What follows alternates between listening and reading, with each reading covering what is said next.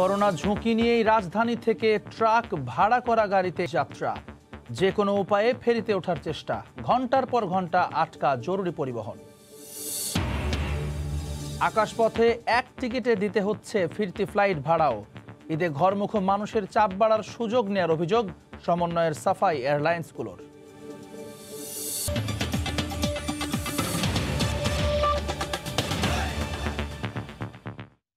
ভোরের সময় সঙ্গে আছি আমি জুম্মান সাদিক জ্যাভলিন। করোনা ঝুঁকি নিয়েই ঈদযাত্রায় ছুটছেন মানুষ।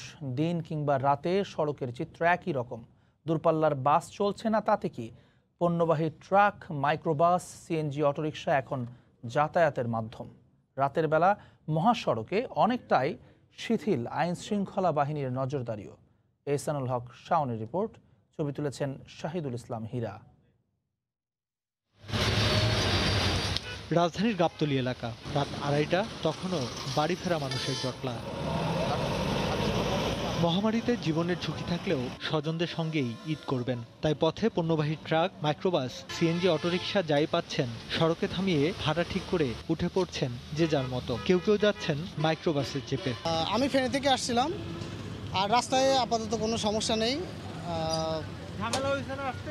না, কোনো ঝামেলা হয়নি। আমরা প্রাইভেট কারে করে আসতেছি। আমরা 500 টাকা করে জনপ্রতি। এদিকে ঢিলেঢালা দেখালেও সময় সংবাদের ক্যামেরা দেখে তৎপর হয় সড়কে থাকা ট্রাফিক পুলিশ। দিনে গাড়িতে নিয়ে যান তো, দিনের সমস্যা যাইতে দেয় না, গাড়ি থেকে গাড়িতে উঠতেও দেয় না। কাজ করি ভাই, কাঠ মিস্ত্রির কারখানা বন্ধ, এখন আমরা কি খাবো? আমাকে তার হাওয়া ভবন নাই, গাড়িও নিজস্ব নাই। রাত 3টা গাবতলীর আমিনবাজার ব্রিজ পেরিয়ে ওপারে যেতে দেখা যায় বাড়ি ফেরা মানুষের স্রোত। হুট করে সেখানে হাজির একটি মাইক্রোবাস। ভাই কত দূর পর্যন্ত যাবেন? আপনার কত করে? কম হবে না? 600 দিলে হবে না? না না, এটা কমাই নিয়ে যান। আমারে রাস্তায় খালি গাড়ি, পুলিশে দিয়ে আসলাম 5000। দিনে মহাসড়কে আইন শৃঙ্খলা বাহিনীর অনেক কড়াকড়ি থাকলেও রাতে তার পুরোই উল্টো। আর এই সুযোগ কাজে লাগে ঢাকা ছাড়ছেন অনেকে। তবে প্রশ্ন থাকে, রাতের এমন শিথিলতায় সরকারের নেওয়া করোনার মোকাবেলার পদক্ষেপ কতটা কার্যকর হবে। শাওন, সময় সংবাদ, ঢাকা। সম্ভাব্য সময় ঢাকা থেকে উত্তর বঙ্গমুখী বিভিন্ন যানবাহনের চাপ বাড়ছে। বঙ্গবন্ধু সেতুর পশ্চিম সংযোগ সড়কে আছেন সহকর্মী রিঙ্কু কুণ্ডু। সরাসরি চলে যাচ্ছি তার কাছে। রিঙ্কু, থেকে উত্তরবঙ্গগামী মানুষের চাপ বাড়ছে। আমরা এখন দাঁড়িয়ে আছি বঙ্গবন্ধু সেতু পশ্চিম সংযোগ মহাসড়কের কড্ডার মোড় এলাকায়। এখানে কিন্তু আমরা সকাল থেকে দেখছি যে বিভিন্ন ধরনের যানবাহনে করে মানুষ কিন্তু তাদের বাড়ি ফিরছে। অর্থাৎ যেহেতু গণপরিবহন এবং এই গণপরিবহন যাত্রীবাহী বাস কিন্তু বন্ধ রয়েছে, সেক্ষেত্রে আমরা দেখেছি যে মোটরসাইকেল, প্রাইভেট কার, মাইক্রো এবং ট্রাক, বিভিন্ন যানবাহনে করে কিন্তু আসলে মানুষজন কিন্তু ঢাকা থেকে ফিরছে। আর এই ক্ষেত্রে আমরা যেটি দেখছি যে আমরা সকাল থেকে আছি এই কড্ডার মোড় এলাকা এবং পুলিশের কিন্তু নজরদারি আমরা বেশ লক্ষ্য করছি। এবং এই যে বঙ্গবন্ধু সেতু পশ্চিম থানা পুলিশ এবং এই হাইওয়ে থানা পুলিশ যৌথভাবে কিন্তু মহাসড়কে অতিরিক্ত যানবাহনের চাপ নিরসনে কিন্তু তারা কাজ করছে। এবং আমরা দেখছি যে প্রতিটি ট্রাক, যেগুলো মালবাহী ট্রাক আছে, সেগুলোর কেবিনের জেকে প্রতিটিতে কিন্তু আসলে যাত্রী রয়েছে। এছাড়া ব্যক্তিগত যেগুলো গাড়ি রয়েছে, প্রাইভেট কার, মাইক্রো এবং মোটরসাইকেল, এইগুলোই কিন্তু আসলে এখন বলা যায় যে গণপরিবহনের রূপ নিয়েছে। কারণ আমরা দেখেছি যে প্রতিটি গাড়ি ভাড়া করে যাত্রী বোঝাই করে কিন্তু তারা ঢাকা থেকে যাচ্ছে। এই মহাসড়কে আমরা দেখছি যে উত্তরবঙ্গের যে সকল জেলাগুলো রয়েছে, অর্থাৎ ঢাকা, বগুড়া, পাবনা, রংপুর, রাজশাহী, এই সকল যাত্রীরা কিন্তু আসলে বেশি লক্ষ্য করা যাচ্ছে। তো এইসব যানবাহনে কিন্তু আসলে স্বাস্থ্যবিধির কথা যদি বলি, সেগুলো কিন্তু একেবারেই মানা হচ্ছে না। কারণ গাদাগাদি করে এবং অনেকটা ঝুঁকি নিয়ে তারা পার হচ্ছে। এবং মোটরসাইকেলে আমরা দেখেছি যে 2-3 জন বেশি কিন্তু আসলে পার হচ্ছে বলে জানিয়েছে পুলিশের কর্মকর্তারা। এবং হাইওয়ে পুলিশ যেটি বলছে যে যেহেতু পাটুরিয়া, দৌলতদিয়া ফেরিঘাটে আসলে ফেরিতে যানবাহন চলাচল বন্ধ করে দিয়েছে কর্তৃপক্ষ, সেই ক্ষেত্রে সেই গাড়িগুলো কিন্তু এই মহাসড়ক দিয়ে চলাচল করছে। সেই ক্ষেত্রে অতিরিক্ত যানবাহনের কিন্তু আসলে চাপ সৃষ্টি হয়েছে। এবং এই মহাসড়কের এই যে ঝুঁকি নিয়ে চলাচল, আমরা গত কয়েকদিনে দেখেছি যে বেশ কয়েকটি মোটরসাইকেলে কিন্তু সড়ক দুর্ঘটনা ঘটেছে এবং 3 জন কিন্তু নিহত হয়েছে। কারণ এই যে দীর্ঘ পথ, কারণ এই ঢাকা থেকে উত্তরবঙ্গের বিভিন্ন জেলায় যারা মোটরসাইকেলে যাচ্ছে তারা কিন্তু অনেকটাই ঝুঁকি নিয়ে পার হচ্ছে এবং এই মাইক্রো এবং প্রাইভেট কারের কথা যদি বলি, সেইখানে কিন্তু অতিরিক্ত যাত্রী, অর্থাৎ একটি মাইক্রোতে আমরা দেখেছি যে 15 জন 16 জনও কিন্তু আসলে যাতায়াত করছেন এবং এইখানে যাত্রীরা যেটি বলছে যে তারা গণপরিবহন যেহেতু বন্ধ রয়েছে সেই ক্ষেত্রে তারা অনেকটা বাধ্য হয়ে আসলে ঈদে তারা বাড়ি ফিরছে এবং স্বাস্থ্যবিধির কিন্তু সেখানে কোনো আমরা দেখিনি। কারণ হচ্ছে যে যেহেতু করোনার সংক্রমণ রোধে কিন্তু স্বাস্থ্যবিধির কথা বলা হয়েছে, যে কারণে গণপরিবহন বন্ধ রাখা হয়েছে। কিন্তু সেই ক্ষেত্রে এই গাড়িগুলোতে কিন্তু আসলে গাদাগাদি করে, এক প্রকার গাদাগাদি করে যাত্রী তারা কিন্তু আসলে বাড়ি ফিরছে এবং বেলা যত বাড়ছে তত কিন্তু যানবাহনের চাপও আমরা দেখতে পাচ্ছি এবং গত 2 দিনের কথা যদি বলি, গত 2 দিনে আমরা বেশ কিছু যাত্রীবাহী বাস কিন্তু অবৈধভাবে চলাচল করতে দেখেছি, কিন্তু আজকে ভোর থেকে আমরা এই মহাসড়কে এখন পর্যন্ত কোনো কিন্তু আসলে বাস আমরা দেখিনি। আর এক কথায় বলা যায় যে বঙ্গবন্ধু সেতু পশ্চিম থেকে হাটিকুমরুল মোড় পর্যন্ত এই 15 কিলোমিটার এলাকায় কিন্তু যানবাহনের চাপ বেশি রয়েছে, কিন্তু যানজটের কিন্তু এখনো সৃষ্টি হয়নি। অনেকটা ধীর গতিতে এবং সারিবদ্ধভাবে এই গাড়িগুলো কিন্তু আসলে চলাচল করছে এবং এই কড্ডার মোড় এবং হাটিকুমরুল এই দুটি গুরুত্বপূর্ণ পয়েন্টে কিন্তু এই যে ব্যক্তিগত গাড়ি যেগুলো চলাচল করছে ঢাকা থেকে উত্তরবঙ্গগামী, সেগুলোর কিন্তু আসলে এইখান থেকে যাত্রী ওঠানামা করছে এবং এই ক্ষেত্রে পুলিশের কিন্তু আসলে তেমন তৎপরতা আমরা লক্ষ্য করিনি। কারণ এই ব্যক্তিগত গাড়িগুলোতে তারা যাত্রী নিয়ে চলাচল করছে, এটাও কিন্তু আসলে সরকারি নিষেধাজ্ঞার মধ্যে পড়ে। কারণ আমরা দেখেছি যে এই সকল ব্যক্তিগত গাড়িতে কিন্তু আসলে ব্যক্তিগতভাবে চলছে না, যেহেতু যাত্রী নিয়ে তারা পারাপার করছে, সেই ক্ষেত্রে এইটিকেই আসলে গণপরিবহন আমরা বলতেই পারি। আর এই গাড়িগুলো কিন্তু আসলে চালকদের কথা যদি বলি, তারা কিন্তু আসলে অনেকটাই অদক্ষ। কারণ আমরা দেখেছি যে অনেক মোটরসাইকেলে কিন্তু চালকদের ড্রাইভিং লাইসেন্স এবং গাড়ির কিন্তু কাগজপত্র নেই। কারণ এই মহাসড়কে এই চলাচল করলে কিন্তু এইগুলো অনেকটা ঝুঁকি নিয়ে তারা চলাচল করছে। কারণ আমরা দেখেছি যে বেশ কয়েকটি সড়ক দুর্ঘটনা কিন্তু এই গত কয়েকদিনে হয়েছে। তো এক কথা বলা যায় যে বেলা বাড়ার সাথে সাথে এই ঢাকা থেকে উত্তরবঙ্গগামী মহাসড়কে যানবাহনের চাপ বাড়ছে এবং অনেকটা স্বাস্থ্যবিধি না মেনেই ব্যক্তিগত গাড়িতে তারা পারাপার হচ্ছে। তো এই ছিল সিরাজগঞ্জের মহাসড়ক থেকে আমার কাছে সর্বশেষ খবর। জাভলিন। ঢাকা থেকে উত্তরবঙ্গমুখী বিভিন্ন যানবাহনের চাপ বাড়ার খবর জানাচ্ছিলেন বঙ্গবন্ধু সেতুর পশ্চিম সংযোগ সড়ক থেকে যুক্ত হয়ে সহকর্মী রিঙ্কু কুণ্ডু। করোনার ঝুঁকি নিয়েই বাড়ির পানে ছুটছে হাজার হাজার মানুষ। ব্যাপক নজরদারির মধ্যেও ফেরিতে উঠতে মরিয়া যাত্রীরা। রাত বাড়তেই ঘাটে ঘরমুখো মানুষের চাপ বাড়ে কয়েক গুণ। যে কোনো উপায়ে ফেরিতে ওঠার চেষ্টা তাদের। বিজিবিও ঠেকাতে পারছে না জনস্রোত। করোনা সংক্রমণের ঝুঁকি কিংবা দুর্ঘটনার শঙ্কা কোনো কিছুই থামাতে পারছে না তাদের। ফেরিতে ওঠার এই প্রাণপণ চেষ্টা কেবল বাড়ি ফেরার তাড়নায়। সন্ধ্যা গড়াতেই গাড়ির দীর্ঘ সারিতে ভোগান্তি বেড়েছে কয়েক গুণ। ঘন্টার পর ঘন্টা আটকা পড়ে থাকে জরুরি পরিবহন। রাতের আধারেও মানুষের ঢলে তিল ধারণের ঠাঁই নেই মুন্সিগঞ্জের শিমুলিয়া ফেরিঘাটে। লকডাউন পুরোটা অফ করে দেন, আমরা যাব না, অফ করে দেন। কারো মা অসুস্থ, কারো বাবা অসুস্থ, কারো কোনো সমস্যা আছে। করোনা 1000 বছর আগে ছিল, এখনো আছে, আগামীতেও থাকবে। এটা থেকে এই মানুষগুলো সম্পূর্ণ হয়রানি, খাওয়া দাওয়া সম্পূর্ণ বন্ধ। এত মানুষগুলো আছে, এর থেকে করোনা হবে না। কোনো ধরনের অপ্রীতিকর পরিস্থিতি এড়াতে সর্বোচ্চ চেষ্টা করছে আইন শৃঙ্খলা রক্ষা বাহিনী। বেলায়েত হুসাইন, সময় সংবাদ। লকডাউনের কারণে দূরপাল্লার বাস, যাত্রীবাহী ট্রেন ও লঞ্চ বন্ধ থাকায় ঈদে ঘরমুখ মানুষের অতিরিক্ত চাপ পড়েছে আকাশপথে। ইতোমধ্যে বিক্রি হয়ে গেছে এয়ারলাইন্সগুলোর বেশিরভাগ টিকিট। এই সুযোগে সব বিমান সংস্থায় ভাড়া বাড়িয়ে দিয়েছে 2 থেকে 3 গুণ। ট্রাভেল এজেন্টরা বলছেন, নিয়ন্ত্রক সংস্থা সিভিল এভিয়েশনের তদারকি না থাকায় অনৈতিকভাবে ভাড়া বাড়ানো হচ্ছে। যদিও বিমান সংস্থাগুলোর দাবি, ফিরতি ফ্লাইটে যাত্রী কম থাকায় সমন্বয়ের জন্য ভাড়া কিছুটা বেশি। হাজেরা শিউলের রিপোর্ট। করোনার সংক্রমণ রোধে ঈদের আগে ঘরমুখো মানুষের বাড়ি যাওয়া নিয়ন্ত্রণে বন্ধ রাখা হয়েছে আন্তজেলা বাস, ট্রেন ও লঞ্চ সার্ভিস। আকাশপথ খোলা থাকলেও ইতিমধ্যে বিমান সংস্থাগুলোর অধিকাংশ আসনে টিকিট বিক্রি হয়ে গেছে। অবিক্রিত যা আছে তার জন্য যাত্রীদের গুনতে হচ্ছে 2 থেকে 3 গুণ ভাড়া। এই অবস্থায় চড়া মূল্য ও কাঙ্ক্ষিত তারিখে টিকিট না পেয়ে অনেকে আবার ফিরেও যাচ্ছেন। টিকিটের জন্য আসছে, এখন বিজনেস ক্লাস পাওয়া যাচ্ছে, ইকোনমি ক্লাস নাই। 10,700 টাকা। ঢাকা টু বরিশাল রুটে নর্মাল ভাড়া 3200 টাকা, কিন্তু এখন ওরা চাচ্ছে যে 7200 টাকা। এখন আসলে নর্মাল যাত্রীদের জন্য যাওয়া দেওয়ার পসিবল না। সৈয়দপুরে যাওয়ার জন্য আসছিলাম, এখানে এসে দেখি একটা টিকিট আছে, রেট চাচ্ছে 7400 টাকা। ঢাকা টু বরিশাল যাবে, 12 তারিখে কোনো ফ্লাইট নেই, 13 তারিখে আছে এবং 14 তারিখ আছে, তাও অনেক টাকা প্রাইস। ট্রাভেল এজেন্টরা বলছেন বাড়তি চাহিদার অজুহাতে ইকোনমি ক্লাসের টিকিট ব্লক করে অতিরিক্ত ভাড়া নিচ্ছে বিমান সংস্থাগুলো। 5টা সিট লোয়ার ক্লাসে বিক্রি করলো, 3500 টাকায় বিক্রি করলো, বাকিগুলো তারা আর বিক্রি করলো না, ব্লক করে রেখে দিল। যেটা হায়ার ক্লাস আছে সেটা তারা বিক্রি করলো। তো এটা খুবই অনৈতিক। নর্মাল যেটা হচ্ছে 3500 টাকাটা 4000 টাকা নেয়, মানুষ এটা অ্যাকসেপ্ট করতে পারে, কিন্তু তারা যখন এটা 7000, 8000, 10000 নেয়, তখন এটা মানুষ কখনো অ্যাকসেপ্ট করতে পারে না। এয়ারলাইন্সগুলোর দাবি, ঈদে ঘরমুখো যাত্রীদের জন্য প্রতি বছর অতিরিক্ত ফ্লাইট দেওয়া হলেও এবছর করোনার কারণে চলছে অর্ধেক ফ্লাইট। এছাড়া ফিরতি ফ্লাইটে আসন ফাঁকা থাকায় খরচ উঠাতে টিকিটের দাম সমন্বয় করা হচ্ছে। নর্মাল যে প্রি কোভিডে যে ফ্লাইট ছিল সেখানে 36টা ফ্লাইট থাকতো ডেইলি, তো সেই অবস্থা থেকে নাম্বার অফ ফ্লাইট ফ্রিকোয়েন্সি কম। ঈদের সময় আমাদের রিটার্নিং প্যাসেঞ্জার সহ অ্যাভারেজ প্যাসেঞ্জার থাকে 60 to 65% প্যাসেঞ্জার।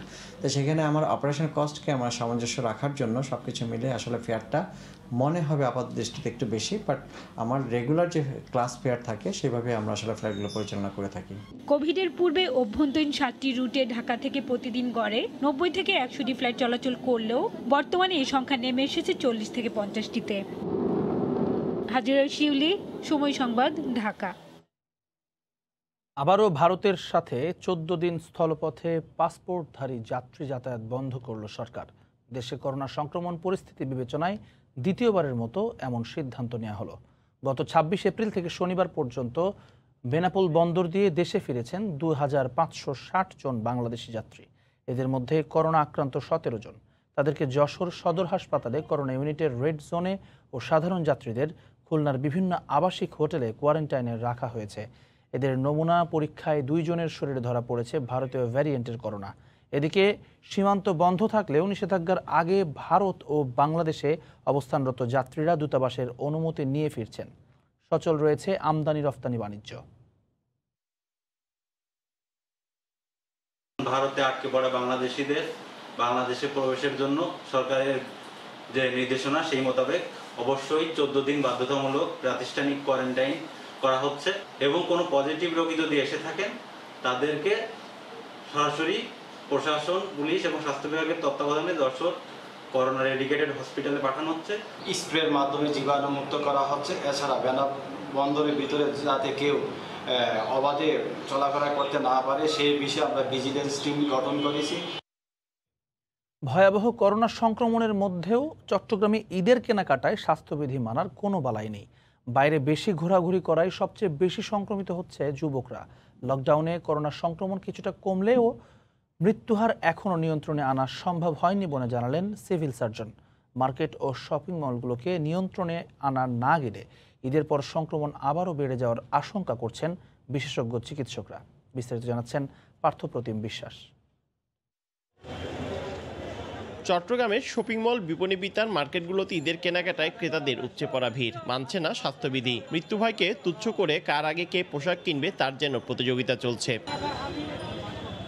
2 সপ্তাহ আগেও 25 থেকে 30% হারে রোগী শনাক্ত হলেও লকডাউনের প্রভাবে বর্তমানে তা 10% নেমে এসেছে। জেলা প্রশাসনের দাবি স্বাস্থ্যবিধি মানাতে প্রতিদিনই অভিযান চলছে। ইয়াং জেনারেশন তারা বাইরে অযথাই আসছে এবং আড্ডা দিচ্ছে বিভিন্ন জায়গায়, তাদেরকে উদ্বুদ্ধ করছে যাতে আপনার স্বাস্থ্যবিধি প্রতিপালন করে।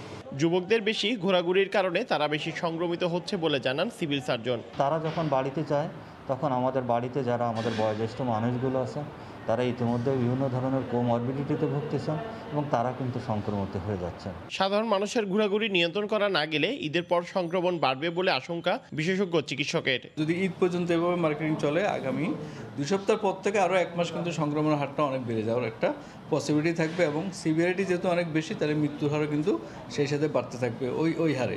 বন্দরনগরীতে এখন পর্যন্ত 50,174 জনের করোনা শনাক্ত হয়েছে আর মারা গেছে 528 জন। পার্থপ্রতিম বিশ্বাস, সময় সংবাদ, চট্টগ্রাম। রাতভর মসজিদে নফল নামাজ আদায়, কোরআন তেলাওয়াত, জিকির আসকারের মধ্য দিয়ে পবিত্র শবে কদর পালন করেছেন ধর্মপ্রাণ মুসল্লিরা। লাইলাতুল কদর বা সৌভাগ্যের রজনীতে আল্লাহর নিকট গুনাহ মাফের পাশাপাশি করোনা থেকে মুক্তি এবং দেশ ও জাতির মঙ্গল কামনা করা হয়। হাজার মাসের চেয়ে উত্তম, অত্যন্ত মহিমান্বিত একটি রাত লাইলাতুল কদর বা শবে কদর। সৌভাগ্যের এই রজনীতে মানবজাতির মুক্তির গ্রন্থ পবিত্র আল কুরআন অবতীর্ণ হয়। তাই ইবাদত বন্দিগিতে কাটিয়ে দেন ধর্মপ্রাণ মুসল্লিরা। মহিমান্বিত বরকতময় এই রাতে আল্লাহর সন্তুষ্টি কামনায় মসজিদে ছুটে যান মুসল্লিরা। রাত জেগে আদায় করেন নফল নামাজ, পাশাপাশি কুরআন তেলাওয়াত, জিকির আজকারও করেন তারা। এই মাসটা হাজার মাসের চেয়ে উত্তম। দোয়া দুরূদ করার জন্য আল্লাহ জানি সবাইরই ক্ষমা করে। ইবাদতে করোনা মহামারী ও পাপ মুক্তির পাশাপাশি দোয়া করা হয় দেশ জাতির মঙ্গল কামনায়। বাবা মার জন্য, আমার পরিবারের জন্য দোয়া করলাম। সবচেয়ে বড় যেটা চাওয়া যে সারা পৃথিবী যে করোনায় জর্জরিত অবস্থায় আছে, আমরা যেভাবে স্থবির হয়ে আছি, এই অবস্থা থেকে আল্লাহ যাতে আমাদের মুক্তি দান করে। ঘরে ঘরে শবে কদরের নফল নামাজ সহ ইবাদত বন্দেগীতে স্রষ্টার সান্নিধ্য কামনা করেন ধর্মপ্রাণ মুসল্লিরা।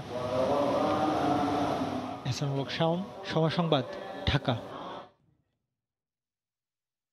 মালয়েশিয়ায় করোনা ভাইরাসে আক্রান্ত হয়ে গত 24 ঘন্টায় সর্বোচ্চ 26 জনের মৃত্যুর রেকর্ড হয়েছে। এ নিয়ে দেশটিতে মৃত্যুর সংখ্যা দাঁড়ালো 1683 জন।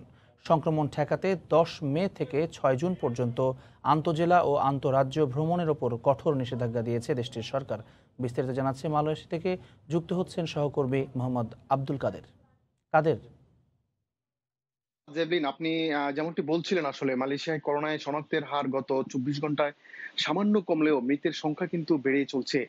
আপনি জানেন যে মালয়েশিয়ায় করোনা ভাইরাসের সংক্রমণ শুরু হওয়ার পর থেকেই গত 24 ঘন্টায় 26 জনের মৃত্যু হয়েছে, যা মালয়েশিয়ায় এ যাবৎকালের সর্বোচ্চ মৃতের সংখ্যা। আর এ নিয়ে মালয়েশিয়ায় করোনার আক্রান্ত হয়ে মোট 1683 জনের মৃত্যু হয়েছে। এছাড়া যাবেন, আপনি জানেন যে বর্তমানে কুয়ালালামপুর সহ বেশ কয়েকটি রাজ্যে কিন্তু লকডাউন চলছে। অন্যদিকে ঈদে মানুষের ভিড় ঠেকাতে আন্তঃজেলা ও আন্তঃরাজ্য ভ্রমণে কঠোর বিধিনিষেধাজ্ঞা আরোপ করা হয়েছে। আর এই নিষেধাজ্ঞা 10 মে থেকে, অর্থাৎ আজ থেকে শুরু করে আগামী 6 জুন পর্যন্ত বর্ধিত করা হয়েছে। এদিকে জেবলিন, আপনাকে গত 24 ঘন্টার করোনা শনাক্তের কথা যদি বলি, তাহলে বলা যায় এখানে গত 24 ঘন্টায় করোনায় শনাক্ত হয়েছে 3733 জন এবং শনাক্তের সংখ্যা দাঁড়ালো, সব মিলে শনাক্তের সংখ্যা দাঁড়ালো 4,40,667 জনের। আর এমন পরিস্থিতিতে দেশের মানুষকে সচেতন হওয়ার জন্য সরকারের পক্ষ থেকে কিন্তু বারবার সতর্ক করা হচ্ছে।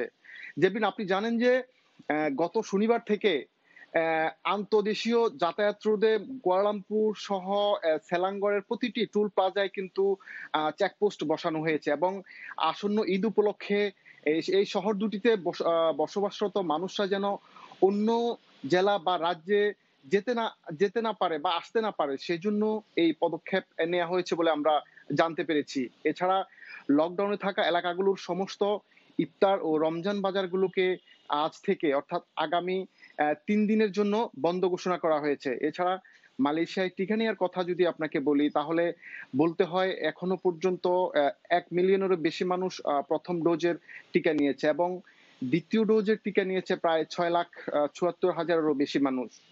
যেদিন অন্যদিকে আপনি জানেন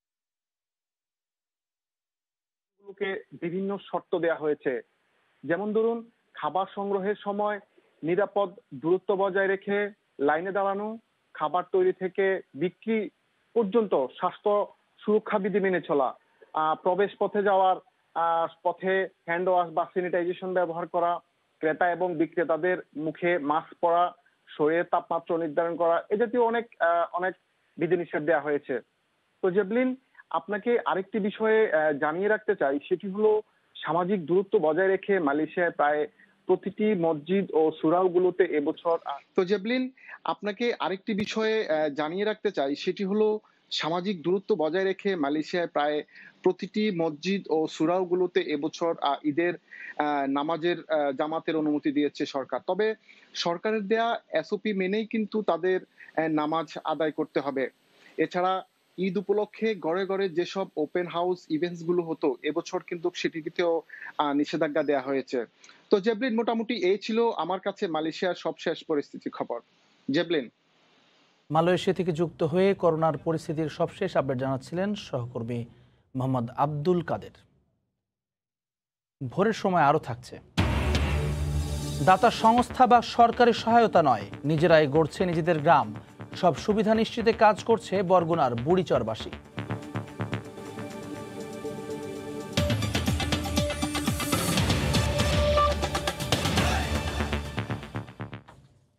চিকিৎসার জন্য বিদেশে যাওয়া হচ্ছে না বিএনপি চেয়ারপারসন বেগম খালেদা জিয়ার। পরিবারের করা আবেদন 4 দিন ধরে যাচাই বাছাই শেষে 2 মন্ত্রী জানান সাজাপ্রাপ্ত আসামি হওয়ায় আইনি বাধার কারণে অনুমতি দেওয়া যায়নি। এ ঘটনায় হতাশা ও ক্ষোভ জানিয়ে বিএনপি বলছে বেগম জিয়াকে রাজনীতি থেকে সরিয়ে দিতেই এমন সিদ্ধান্ত। বুধবার রাতে বেগম জিয়ার পরিবারের পক্ষ থেকে স্বরাষ্ট্র মন্ত্রণালয়ে আবেদন জমা দেওয়ার পর থেকেই আলোচনায় আসে উন্নত চিকিৎসা নিতে বিএনপি চেয়ারপারসনের বিদেশ যাওয়ার বিষয়টি। এর আগে নানা সময় বিএনপির পক্ষ থেকে এই আবেদন করা হলেও বেগম জিয়ার মুক্তির 2 শর্তের মধ্যে একটি ছিল বিদেশ যেতে পারবেন না তিনি। বৃহস্পতিবার থেকে এই আবেদন নিয়ে কাজ শুরু করে আইন মন্ত্রণালয়। এমনকি সাপ্তাহিক ছুটির দিন শুক্র ও শনিবারেও আইনমন্ত্রীর বাসায় সচিব সহ আবেদনের আইনগত দিকগুলো খতিয়ে দেখতে একাধিক বৈঠক করা হয়। রোববার সকালে তারা স্বরাষ্ট্র মন্ত্রণালয়ে জানিয়ে দেন নিজেদের মতামত। আইন মন্ত্রণালয় থেকে তাদের যে মত আসছে সাজা মওকুফ করে তাকে বিদেশে পাঠানোর কোনো অবকাশ এই 401-এ দ্বিতীয়বার আর করার নেই। আমরা এখন আর তাদের আবেদনটা মঞ্জুর করতে পারছি না, তাদেরকে আমরা এটি জানিয়ে দেব। বিএনপি নেতারা বলেন বেগম জিয়াকে বিদেশে চিকিৎসা নেওয়ার অনুমতি না দিয়ে সরকার অন্যায় করেছে। তার খারাপ কিছু হলে দায় নিতে হবে সরকারকেই। তাকে সাজা দেওয়া হয়েছে, এর মূল উদ্দেশ্যটাই ছিল যে খালেদা জিয়াকে রাজনীতি থেকে দূরে সরিয়ে দেওয়া। যে ধারাতে সাজা স্থগিত করেছে ওই ধারাতেই কিন্তু তাকে বিদেশে যাওয়া বা একেবারেই সাজা দণ্ড মওকুফ করার যথেষ্ট পরিমাণ সুযোগ সেই আইনের মধ্যে দেওয়া আছে।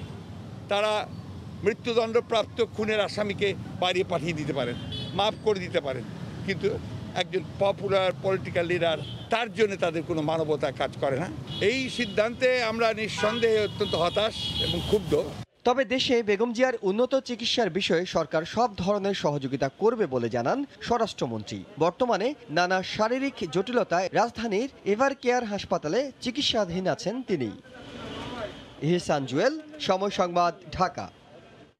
বেগম জিয়ার বিদেশে চিকিৎসার আবেদন খারিজ নিয়ে সরকারের সিদ্ধান্ত সঠিক বলে মনে করেন দুদক আইনজীবী। আদালত এবং রাষ্ট্রপতির কাছে দণ্ড মওকুফের আবেদন করা ছাড়া আর কোনো পথ নেই তার।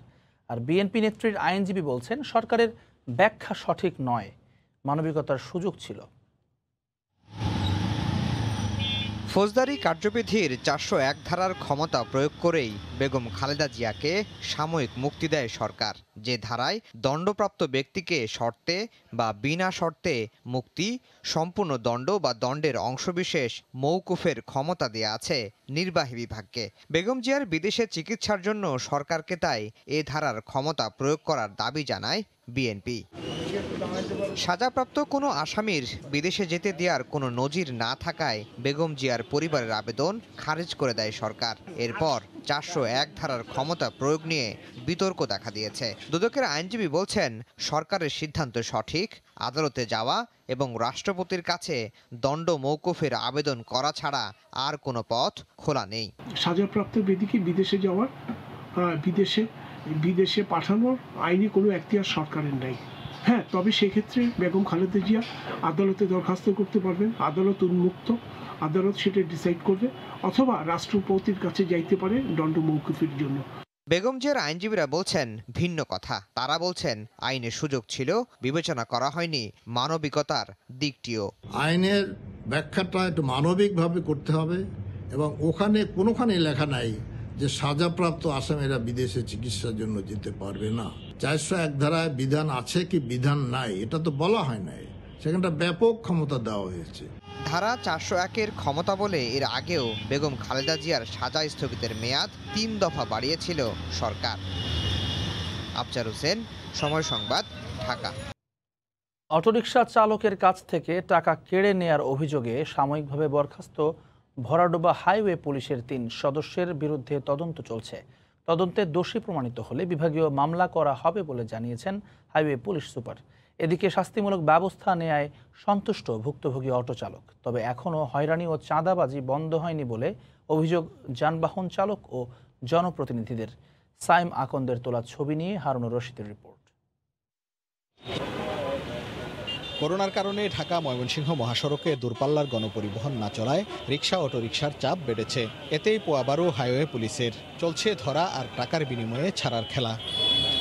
গত মঙ্গলবার রাতে ভালুকা উপজেলা সদরে এক অটোরিকশা চালকের 600 টাকা কেড়ে নেয়ার অভিযোগে শুক্রবার হাইওয়ে পুলিশের 3 সদস্য বরখাস্ত হয়। এতে সন্তুষ্ট ভুক্তভোগী অটোরিকশা চালক। হাজার হাজার মানুষের সাথে তারা এরকম হয়তো করে, কিন্তু কেউ কোনোদিন বিচার পায় নাই। এই পর্যন্ত প্রথম এই অটোরিকশা নিয়ে আমার হয়তো একজনে প্রতিবাদ করছে, কারণ আমি মোটামুটি তাগর একটা বিচার সম্বন্ধে আগাইতে পারছি। সবটা পয়সা নেয় আরো সুযোগ পেলে মারধর করে, ধরলে আমাদের টাকা দিতে হয়।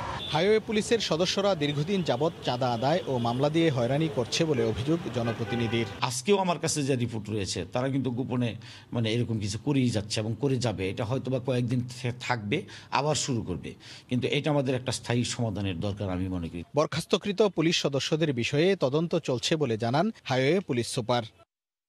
সাময়িক বরখাস্ত করা হয়েছে, প্রাথমিক তদন্ত করছেন। এটা তদন্ত করে রিক্সা চালকের জবানবন্দি আমরা রেকর্ড করছি, করার পরে আমরা আবার তাকে তদন্ত দিচ্ছি। সে আবার বিস্তারিত তদন্ত যদি দাখিল করে তখন আমরা বিভাগীয় মামলা রুজু করবো। অভিযুক্ত 3 জন ভরাডুবা হাইওয়ে পুলিশ ফাঁড়ির এটিএসআই আবু তাহের, নায়েক হাবিবুর রহমান ও কনস্টেবল রেজাউল করিম। হারুনুর রশিদ, সময় সংবাদ, ময়মনসিংহ। ভোরের সময় আরও থাকছে। দিনাজপুরে রসুনের বাম্পার ফলন হলেও কাঙ্ক্ষিত দাম না পাওয়ায় দুশ্চিন্তায় কৃষক। যথাযথ সংরক্ষণের ব্যবস্থা করে দেওয়ার দাবি।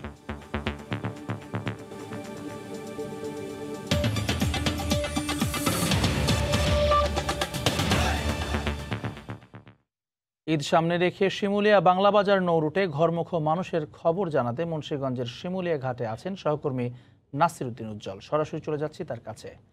উজ্জ্বল, ঘরমুখ মানুষকে কিন্তু এই ফেরিঘাটে পৌঁছানোর আগেই বিভিন্ন পয়েন্ট আটকে দেওয়া হচ্ছে। আমরা যেখানে দাঁড়িয়ে রয়েছি এর থেকে কিন্তু অন্তত 10 কিলোমিটার দূরে হচ্ছে শিমুলিয়া ফেরিঘাট। এটি হচ্ছে পাশের শ্রীনগর উপজেলার বেজগাঁ এলাকা। এখানে কিন্তু শ্রীনগর থানা পুলিশ পুরো রাস্তা ব্যারিকেড দিয়েছেন এবং তারা বলছেন যেহেতু ফেরি চলাচল বন্ধ ঘোষণা করা হয়েছে দিনের বেলায়, সেই কারণে যাতে ঘাটে গিয়ে ঘরমুখ মানুষ সেখানে এই করোনার সংক্রমণ ঝুঁকি কারণ হতে না পারে, সে কারণে তাদেরকে ফিরিয়ে দেওয়া হচ্ছে। যে আগেই ঘোষণা দেওয়া হয়েছে যে ফেরি দিনের বেলা চলবে না এবং রাতে কিন্তু প্রচুর ফেরি চলেছে। গেলকাল রাত 3টা পর্যন্ত কিন্তু উপচে পড়া ভিড় ছিল এই শিমুলিয়া ঘাটে, যেটিকে দিনের যে ঘরমুখী মানুষের ঢল সেটিকেও হার মানিয়েছে এবং সেখানে কিন্তু 15টি ফেরি হরদম চলাচল করেছে এবং কিছুক্ষণ আগ পর্যন্ত কিন্তু ফেরি এই শিমুলিয়া ঘাট থেকে ছেড়ে গিয়েছে। এখনো ঘাটে কিন্তু 2টি ফেরি অপেক্ষা করছে, কিন্তু সেই ফেরিগুলো ছাড়বে কিনা এখনো নিশ্চিত করা যায়নি। আমরা যে পয়েন্টে দাঁড়িয়ে আছি এখানে কিন্তু আপনারা দেখছেন যে শত শত যানবাহন আটকে আছে এবং এখানে মাছের সব বিভিন্ন পণ্যবাহী কিন্তু যানবাহন রয়েছে। আর আমরা দেখছি রড ভর্তি অনেকগুলো ট্রাকও আছে, এদেরকেও আটকে দেওয়া হয়েছে এখানে, এবং বিভিন্ন মোটর সাইকেল এবং লোকজন অনেকে কিন্তু ট্রাকে করে এখানে এসছে এবং বিভিন্ন যানবাহনে আসার পর কিন্তু এখানে থেমে যাওয়ার পরে পায়ে হেঁটে বা এই ব্যারিকেড ক্রস করে গিয়ে সামনে বিভিন্ন ব্যাটারি চালিত যানবাহনে করে ঘাটে পৌঁছানোর চেষ্টা করছে। কিন্তু গেল রাত পর্যন্ত যেহেতু মানুষের ঢল ছিল, আজকে ভোরবেলা কিন্তু আমরা অত মানুষের ঢল এই ঘাটে লক্ষ্য করিনি, কিন্তু সব ভোরবেলা আমরা দেখেছি যে যানবাহন পার করা হয়েছে। কিন্তু রাত্র 3টা পর্যন্ত যেই ফেরিগুলো পার হয়েছে সেখানে কিন্তু এই লোকারণ্য ছিল, লোকজনের কারণে কিন্তু সেখানে যানবাহন ভিতরে নিতে পারছিল না। তারা বলছেন এক একটি ফেরিতে 2টো বা 4টি বা 8টি করে ছোট ছোট যান নিতে পারছে, আর পুরো ফেরিতে কিন্তু ঈদে ঘরমুখী মানুষের ঢল। এই পরিস্থিতি কিন্তু রাতে বিরাজমান ছিল এবং এই 15টা ফেরি চলাচল করলেও এখন দিনের বেলা কিন্তু ফেরি 6টা থেকে বন্ধ থাকবে বলে তারা জানিয়েছেন। এবং এই শিমুলিয়া ঘাটে কিন্তু এখন অন্তত 400-র বেশি এই কম্পাউন্ডের ভিতরে পণ্যবাহী ট্রাক রয়েছে এবং সেখানে কিছু ছোট যানবাহনও রয়েছে। আর এর বাইরে যে বাংলা বাজার, যেটি মাদারীপুর প্রান্তে, সেখানেও কিন্তু পণ্যবাহী ট্রাক রয়েছে। কিন্তু ঈদে ঘরমুখী মানুষের যে চাপ সামলানোর জন্য তারা নানা রকম পদক্ষেপ গ্রহণ করেছেন, কিন্তু কোনোভাবে যে বিজিবি চেকপোস্টের পরেও কিন্তু সেটি ঠেকানো যাচ্ছে না। এবং যাত্রী যারা রয়েছেন ঈদে ঘরমুখী মানুষ, তারা বলছেন যে এই যে দূরপাল্লার বাস বন্ধ করে দেওয়া হয়েছে, তারা ভেঙে ভেঙে অতিরিক্ত অর্থ ব্যয় করে এখানে আসছেন। কিন্তু করোনা ঝুঁকির মধ্যে কেন তারা ঈদে এরকম করোনা সংক্রমণ ঝুঁকি তৈরি করার চেষ্টা করছেন বা বাড়ি ফেরার চেষ্টা করছেন, এই ব্যাপারে কিন্তু তারা কোনো সদুত্তর দিতে পারেননি। তবে এর বাইরে অনেক মানুষ যারা আছেন, যাদের জরুরি প্রয়োজনে দেওয়া দরকার অ্যাম্বুলেন্স দিয়ে রোগী নিয়ে, তারা কিন্তু পড়ছেন এখন চরম ভোগান্তিতে। এই ছিল মুন্সিগঞ্জে ঈদে ঘরমুখী মানুষের যে পথে ব্যারিকেড দেওয়া হয়েছে সেখান থেকে সর্বশেষ। মুন্সিগঞ্জের শিমুলিয়া ঘাট থেকে যুক্ত হয়েছিলেন সহকর্মী নাসির উদ্দিন উজ্জ্বল। করোনা শনাক্ত করতে পারবে মৌমাছি, লাগবে না পিসিআর পরীক্ষা, এমনটাই বলছেন নেদারল্যান্ডসের একদল গবেষক।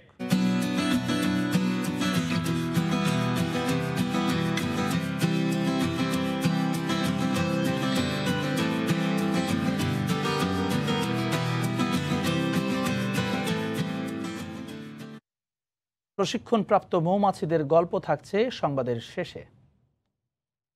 ফোন করলেই রোগীর বাড়িতে হাজির হন চিকিৎসক, এমন ব্যতিক্রমী স্বাস্থ্যসেবা কার্যক্রম ব্যাপক সাড়া ফেলেছে বাগেরহাটের প্রত্যেকটি এলাকায়। ভ্রাম্যমাণ মেডিকেলের 4টি টিম সব ধরনের রোগীর সেবা দিচ্ছেন। করোনাকালে এ ধরনের সেবা পেয়ে খুশি এলাকাবাসী। আলী আকবর টুটুলের পাঠানো তথ্য ছবি নিয়ে রিপোর্ট। করোনা সংক্রমণের ভয়ে হাসপাতালে যেতে অনীহা সাধারণ রোগীদের, তাই দোরগোড়ায় স্বাস্থ্যসেবা পেতে আগ্রহী তারা। এমন বাস্তবতায় রোগীদের জন্য উদ্যোগ নিয়েছে বাগেরহাট স্বাস্থ্য বিভাগ। হটলাইনে ফোন করলেই ভ্রাম্যমাণ চিকিৎসক দল হাজির হয় রোগীর বাড়িতে, আর সব সেবাই পাওয়া যায় বিনামূল্যে। ডাক্তার বাড়ি এসে আমাদের চিকিৎসা দিয়ে গেছে, আমি এজন্য খুব খুশি। এখন মোটামুটি একটু সুস্থ। করোনাকালীন সময় মানুষ ডাক্তারখানায় যেতে পারে না, ফোন করার সাথে সাথে ডাক্তার বাড়িতে চলে এসেছেন তার লোকজন নিয়ে। এটা আসলে একটা যুগান্তকারী পদক্ষেপ। এটা যদি অব্যাহত থাকে তাহলে আমাদের এলাকার জন্য, আমাদের ইসের জন্য এটা খুবই প্রশংসনীয় একটা উদ্যোগ। প্রতিনিয়ত প্রতি মুহূর্তে আপনার ডাক্তার এই সার্ভিসটা, সেবাটা দিয়ে যাচ্ছে। অসহায় রোগীদের হাসপাতালে আসা ও হাসপাতাল থেকে করোনা সংক্রমণের ঝুঁকি অনেক কমে এসেছে বলে জানান চিকিৎসকরা। মুমূর্ষ পর্যায়ে যারা বিছানা থেকে উঠতে অসুবিধা হচ্ছে, এ ধরনের রোগী বেশি পাওয়া যাচ্ছে, তো আমরা তাদেরকে সেই নন স্টপ সেবা দিয়ে চলছি। খারাপ রোগী থাকে তাকে আমরা হাসপাতালে যাওয়ার জন্য পরামর্শ দিচ্ছি, তাকে ফ্রি সেবা দেওয়ার চেষ্টা করছি, ফ্রি ওষুধ দেওয়ার সেবা করছি। 14 এপ্রিল থেকে 8 মে পর্যন্ত 300-রও বেশি রোগীর বাড়িতে গিয়ে সেবা দিয়েছে ভ্রাম্যমাণ মেডিকেল। মেডিসিনের রোগী, সার্জারি রোগী, গাইনির রোগী, শিশু রোগী পেয়েছি। ফোন নাম্বার দেওয়া আছে, এই ফোন নাম্বারে যখনই কল এসেছে তারা তার গাড়ি নিয়ে তারা সেখানে গেছে আমাদের মেডিকেল টিম। বাগেরহাট 2 আসনের সংসদ সদস্য শেখ তন্ময়ের তত্ত্বাবধানে দ্বিতীয়বারের মতো চলছে ব্যতিক্রমী এ স্বাস্থ্যসেবা কার্যক্রম। সময় সংবাদ, বাগেরহাট। একদিকে রং আর সুতাসহ তাঁত শিল্পের বিভিন্ন উপকরণের মূল্য বৃদ্ধি, অন্যদিকে লকডাউনের কারণে হাট বাজার বন্ধ থাকায় উৎপাদিত কাপড় নিয়ে বিপাকে সিরাজগঞ্জের তাঁত মালিকরা। এতে লোকসানের মুখে কারখানা বন্ধ করে দিয়েছেন অনেক তাঁতি। বেকার হয়ে পড়েছেন হাজার হাজার শ্রমিক। তাঁত শিল্পকে লোকসানের হাত থেকে রক্ষায় প্রণোদনা সহ সরকারি পৃষ্ঠপোষকতার দাবি জানালেন ব্যবসায়ী নেতারা। অমৃত সেনের ছবিতে রিঙ্কু কুণ্ডুর রিপোর্ট। প্রতি বছর ঈদ মৌসুমকে সামনে রেখে সিরাজগঞ্জের বেলকুচি, শাহজাদপুর, এনায়েতপুর ও উল্লাপাড়া তাঁত পল্লীগুলো শাড়ি তৈরিতে সরগরম হয়ে ওঠে। কিন্তু এবার কঠোর লকডাউনে হাট বাজার বন্ধ থাকায় তাঁত পল্লীর সে ব্যস্ততা নেই। মাত্র কয়েকটি তাঁত কারখানা চালু থাকলেও চলছে ধুকে ধুকে। সেই সাথে দফায় দফায় সুতা, রংসহ তাঁত শিল্পে ব্যবহৃত সরঞ্জামের দাম বৃদ্ধিতে ক্রমাগত লোকসান গুনতে হচ্ছে তাঁত মালিকদের। তারপরও পাইকাররা না আসায় উৎপাদিত শাড়ি বিক্রি করতে না পেরে বিপাকে তাঁতিরা। লোকসানের মুখে পড়ে অনেক মালিক বন্ধ করে দিচ্ছেন তাঁত কারখানা। এতে হাজার হাজার শ্রমিক বেকার হয়ে পড়েছেন। আমাদের এই শিল্পটা বন্ধর দিকে, মহাজনরা আটকাতে চাইতে পারতেছে না। আগে সপ্তাহে কাম করতাম 50টা 45টা, আর এখন হচ্ছে আপনার 16টা 18টা 20টা এরকম হয়। বারবার ক্ষতিগ্রস্ত হলেও সরকারিভাবে কোনো সহায়তা পান না বলে অভিযোগ তাঁত মালিকদের। মহাজনের কাছে হালখাতে যে বাকি ছিল ওটা শোধ করার পরে তারা আর বাকি দেয় না।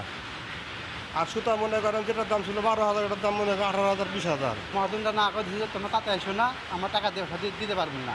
এই শিল্প দিকে সরকারের কোনো সময় সাহায্য সহায়তা করে না। গার্মেন্ট শিল্পের মতো জেলার তাঁত শিল্পকে প্রণোদনা সহ সরকারি পৃষ্ঠপোষকতার দাবি জানান জেলার ব্যবসায়ী নেতা। সরকারের কাছে অনুরোধ করব তাদের প্রণোদনা দেওয়া হোক এবং সহজ শর্তে ঋণ দেওয়া হোক, অন্তত এই তাঁত শিল্পটাকে ধরে রাখার জন্য। জেলায় তাঁত, পাওয়ারলুম ও হ্যান্ডলুম রয়েছে প্রায় 5 লাখ, আর এর সাথে প্রত্যক্ষ ও পরোক্ষভাবে জড়িত প্রায় 15 লাখ মানুষ। রিঙ্কু কুন্ডু, সময় সংবাদ, সিরাজগঞ্জ। জনপ্রতিনিধি, দাতা সংস্থা বা সরকারি সহায়তা নয়, নিজেদের গ্রামকে আদর্শ গ্রামে রূপান্তর করছেন ঐক্যবদ্ধভাবে সবাই মিলে। এমন একটি গ্রাম বরগুনার বুড়িরচর। শিক্ষা প্রতিষ্ঠান, বিশুদ্ধ পানি সরবরাহ, খাল খনন, রাস্তা নির্মাণ, সেচ ব্যবস্থাপনা সহ ক্ষুদ্র শিল্প কারখানা নির্মাণের মতো কাজও করছেন গ্রামবাসীরা। স্থানীয় সরকার প্রকৌশল অধিদপ্তর বলছে তাদের এমন উদ্যোগ সবার জন্য অনুকরণীয়। একের পর এক ফসলি জমির বুক চিরে বয়ে চলা আঁকা বাঁকা 5,400 মিটারের এই খালটি এখন পানি প্রবাহে সচল, যার খনন ব্যয়ের 86 লক্ষ টাকার অর্ধেকই দিয়েছে এ গ্রামের খেটে খাওয়া মানুষ। গ্রামবাসীর উদ্যোগে ফসলি জমিতে স্থাপন করা হয়েছে পাম্প, যা সেচ ব্যবস্থাকে করেছে সুলভ। 10 বছর আগে গড়ে ওঠা বুড়িরচর গ্রামের পানি ব্যবস্থাপনা সমবায় সমিতি বদলে দিয়েছে সবকিছু। শুধু সেচ নয়, সমিতির উদ্যোগে বিশুদ্ধ খাবার পানি সরবরাহ করা হচ্ছে 2 শতাধিক পরিবারকে।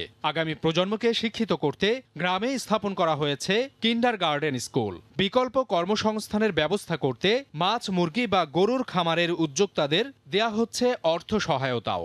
আমি এই সমিতি থেকে 2 লক্ষ টাকা লোন নিয়েছি। আমি নিজে একটা ব্যবসা শুরু করছি। এখন আমার প্রথম সেট ছিল একটা, এখন আমার 3টে সেট হয়েছে। আমাদের এই জায়গায় সাপ্লাই দিচ্ছে, ওই পানি আমরা সবাই ব্যবহার করি, ওই পানি দিয়ে আমরা সবাই উপকৃত হয়েছি। মাত্র 25 জন সদস্য নিয়ে যাত্রা শুরু করলেও উন্নয়ন ও উদ্যোগ ভালো হওয়ায় গ্রামের 8 শতাধিক মানুষ এখন এই সমিতিতে যুক্ত হয়েছে।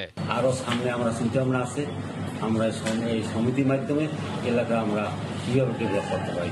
বুড়িরচরের এই সমিতিকে অনুকরণীয় উল্লেখ করে গ্রামের উন্নয়নে এমন উদ্যোগ দরকার বলে মনে করে স্থানীয় সরকার প্রকৌশল অধিদপ্তর। আগামীতেও আমরা এই সব প্রযুক্তিতে সব ধরনের সহযোগিতা এবং দিক নির্দেশনা দিব। 2011 সালে মাত্র 10 জনের উদ্যোগে 50,000 টাকা পুঁজি নিয়ে যাত্রা শুরু করে নূর আলী চরক গাছিয়া পানি ব্যবস্থাপনা সমবায় সমিতি। সময় সংবাদ, বরগুনা। ঈদ সামনে রেখে সংক্রমণ ঝুঁকি নিয়ে গ্রামে ফিরতে শুরু করেছে মানুষ। যানবাহন সংকট, বাড়তি ভাড়া ও পথের ভোগান্তি ছাপিয়ে মানুষের স্রোত এখন গ্রামমুখী। বিস্তারিত জানাতে গাজীপুরের চান্দনা চৌরাস্তায় আছেন সহকর্মী রাজিবুল হাসান। সরাসরি যোগ দিচ্ছি তার সঙ্গে। রাজীব, পথে পথে ভোগান্তি আর করোনা ঝুঁকি মাথায় নিয়েই মানুষ গ্রামের বাড়ি ফিরতে শুরু করেছে। আমি রয়েছি ঢাকা ময়মনসিংহ মহাসড়কের চান্দনা এলাকা। এখানে সকাল থেকে গাড়ির চাপ বাড়তে শুরু করেছে এবং মানুষের চাপ কিন্তু অত্যাধিক বেশি। সবকিছু ছাপিয়ে মানুষ তার গ্রামের বাড়িতে যেতে শুরু করেছে। এই যে করোনা ভাইরাসের যে মহামারী, সেটি মাথায় না রেখেই মানুষ ছুটছে গ্রামের বাড়ি। আর এই কারণেই কিন্তু মানুষকে কোনোভাবেই মানানো যাচ্ছে না। আমি যে দৃশ্যটি দেখাচ্ছি সেটি হচ্ছে চান্দনা চৌরাস্তা, অর্থাৎ ঢাকা ময়মনসিংহ মহাসড়কের যে মোড় রয়েছে সেখানে আপনারা দেখতে পাচ্ছেন যে গাড়ির জন্য মানুষ অপেক্ষা করছে। গণপরিবহন রয়েছে কিন্তু তাদের যে নির্দিষ্ট জায়গা যাওয়ার বিষয়টি সেটি তারা যেতে পারছে না, যে কারণে ভেঙে ভেঙে তাদেরকে যেতে হচ্ছে তাদের যে বাড়ি সেই বাড়িতে। আর এই কারণে কিন্তু তাদের ভোগান্তির মাত্রাটা একটু বেশি, কারণ ঢাকা ময়মনসিংহ মহাসড়কের যে আব্দুল্লাহপুর থেকে টঙ্গী হয়ে গাজীপুর চৌরাস্তা, এই মহাসড়ক কিন্তু জানেন যে উন্নয়ন প্রকল্পের কাজ চলছে, যে কারণে এইখানে ভোগান্তির মাত্রা আর একটু বেশি। যেহেতু গণপরিবহন দূরপাল্লার নেই, এবং অন্যান্য যানবাহনের সংখ্যাও নেই, যে কারণে মানুষগুলো যারা যাচ্ছেন তারা কিন্তু বাস ছাড়াও অন্যান্য পিকআপ এবং যেসব পণ্যবাহী গাড়ি রয়েছে সেই সব পণ্যবাহী গাড়িতে করেই তারা তাদের গন্তব্যস্থলে যাওয়ার চেষ্টা করছে। আর এই যে নির্বিঘ্নে তাদের যাওয়ার কথা সেটি কিন্তু আমরা একেবারেই লক্ষ্য করিনি, কারণ তাদের সব মিলিয়ে যে করোনার ঝুঁকি সেটি কিন্তু রয়েই গেছে। গাদাগাদি করে তাদের ওঠা গাড়িতে এবং তাদের যাওয়া সবকিছু মিলে কিন্তু একেবারে পুরো ঝুঁকিপূর্ণ অবস্থায় তাদের গন্তব্য। এছাড়া যদি বলি যে তো এর বিপরীতে কিন্তু পুলিশ কাজ করছে মাঠে, কিন্তু পুলিশ অনেকাংশেই এগুলো নিয়ন্ত্রণ করতে পারছে না। যদিও ৩৩৭ জন আইন শৃঙ্খলা বাহিনী অতিরিক্ত দেওয়া হয়েছে এই গাজীপুরের চান্দনা চৌরাস্তা এই যে মানুষের স্রোত, সেই মানুষের স্রোত নিয়ন্ত্রণ কিংবা সংক্রমণ অনেকাংশেই কমিয়ে আনায়, কিন্তু তারপরে কিন্তু মানুষকে আসলে একেবারেই তাদের যে নিরাপত্তা নিশ্চিত করা সেটি কিন্তু একেবারেই করা যাচ্ছে না। ঢাকা টাঙ্গাইল মহাসড়কের দৃশ্য একই রকম। সকালে আমরা খোঁজ নিয়েছিলাম চন্দ্রা এলাকায়, আমরা খোঁজ নিয়েছিলাম সেখানে অর্থাৎ ঢাকা টাঙ্গাইল মহাসড়কেও একইভাবে মানুষ বাড়ি ফেরার যে চেষ্টা, যে আকুতি, সেটি কিন্তু তারা ঝুঁকি এড়িয়ে অর্থাৎ তাদের গন্তব্যস্থলে যাওয়ার চেষ্টা করছে। আমরা পুলিশের সঙ্গে বারবার কথা বলার চেষ্টা করেছি যে এই যে গাড়ি মধ্যে গাদাগাদি করে তাদের বাড়ি ফেরা সেটি নিয়ন্ত্রণে তারা কেন কাজ করছেন না। তারা আমাদেরকে বারবারই বলে যাচ্ছে যে এই মানুষের স্রোত অনেক বেশি, যে কারণে তারা কিন্তু আসলে একেবারেই নিয়ন্ত্রণ করতে পারছে না। আর যারা যাত্রী রয়েছে, যারা বাড়িতে যাচ্ছে, তারাও আমাদেরকে অভিযোগ করছে বারবার, যেখানে 50 টাকার ভাড়া সেখানে তাদেরকে 400-500 টাকাও গুনতে হচ্ছে, এবং এই কারণে তাদের কিন্তু দুর্ভোগের শেষ নেই। তো এই ছিল আমার কাছে গাজীপুর থেকে সবশেষ। গাজীপুর থেকে ঈদে ঘরমুখ মানুষের ভিড়ের খবর জানাচ্ছিলেন সহকর্মী রাজিবুল হাসান। দিনাজপুরে রসুনের বাম্পার ফলন হয়েছে, তবে চলতি মৌসুমে দাম কাঙ্ক্ষিত পর্যায়ে না থাকায় দুশ্চিন্তায় পড়েছেন কৃষকরা। এ রসুন সংরক্ষণ করে সঠিক সময়ে বিক্রির ব্যবস্থা গ্রহণ করতে সরকারের কাছে দাবি জানিয়েছেন তারা। এদিকে আরও ভালো ফলনের জন্য চাষিদের বিভিন্ন পরামর্শ দিচ্ছে কৃষি বিভাগ। গোলাম নবী দুলালের তথ্য ও মঞ্জিদ আলম শিমুলের ছবি নিয়ে ডেস্ক রিপোর্ট। দিনাজপুর জেলার খানসামা, চিরিরবন্দর ও বীরগঞ্জ উপজেলায় সবচেয়ে বেশি চাষ হয় রসুনের। এই অঞ্চলের রসুন জেলার চাহিদা মিটিয়ে রাজধানী সহ বিভিন্ন জেলায় সরবরাহ করা হয়। তবে এবার ভালো ফলন হলেও যথাযথ দাম না পেয়ে চাষিরা হতাশ। তারা বলছেন, গেল বছর এই সময়টায় প্রতি কেজি 60 থেকে 70 টাকা বিক্রি হলেও চলতি মৌসুমে সর্বোচ্চ 40 টাকা কেজি দরে বিক্রি হচ্ছে রসুন। গত বছর আমরা বিক্রি করেছিলাম 60 টাকা, এবছর বিক্রি করেছে 30 টাকা, 28 টাকা, 26 টাকা। 40 হতে 50,000 টাকা মানে বিঘায় খরচা হয়।